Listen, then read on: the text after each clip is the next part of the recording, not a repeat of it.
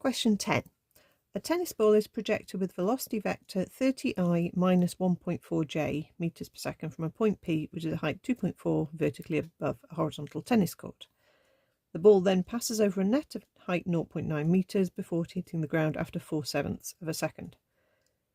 Okay, there's a lot of information there. It's a projectile question, and we're being told that the initial velocity is 30 in the horizontal direction, and it's minus 1.4, so it's a 1.4 in the downwards j direction. Okay, so when we're doing our suvat, we can take our positive direction as downwards. Okay, which also means then our acceleration is going to be positive 9.8, pulling it down to the ground.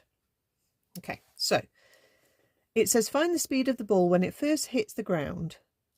So that's nothing to do with the net, it's to do with the time it hits the ground, which we're told is 4/7 of a second. Okay, so when we're looking for the speed, we need the velocity horizontally, which remains at 30, that doesn't change, and we need the velocity vertically, which we'll have to work out from suvat, and then we're going to do the Pythagoras bit to get the speed.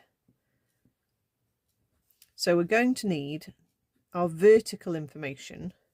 Okay, so in terms of what we know in the vertical, we've got u is 1.4. I'm not going to use the minus because I'm saying positive is downwards and it's down 1.4. Okay, acceleration is positive 9.8 then, because our acceleration is speeding the ball up, pulling it down to the ground.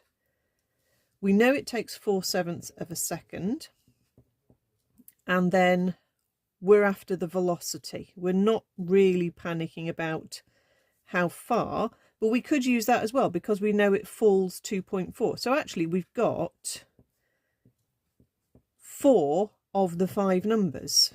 Okay, we actually need our v vertically, the velocity it's going in the vertical direction as it hits the ground. But we actually have a choice of formulae. Okay, I'll probably just use v equals u plus at because that's a nice easy one to remember, and I'm not going to then use the 2.4 in this question. Okay, so v equals 1.4 plus 9.8 times 4/7 gives me a v vertically.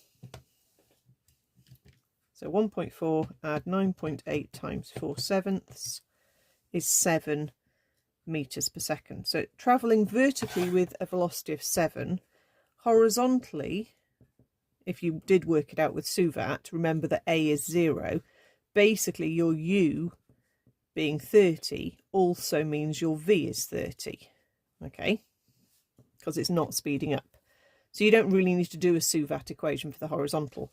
But what we are going to do then is say if we're traveling 30 that way and 7 that way, then we can do Pythagoras to get the speed, as I said before. So 30 squared plus 7 squared, and square root that, and that will give us the speed.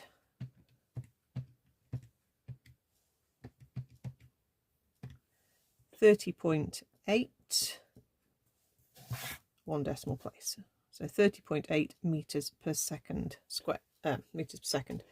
If you were asked for the direction of the ball, you would need to work out an angle from this right angle triangle that you've got here. Okay, it might be the angle below the horizontal. Okay, but this just wants the speed. So it was more complicated than it could have been because it told you more information than you've used so far. So part of this topic is picking out the information that you need to use and not getting sidetracked with the information you don't need to use.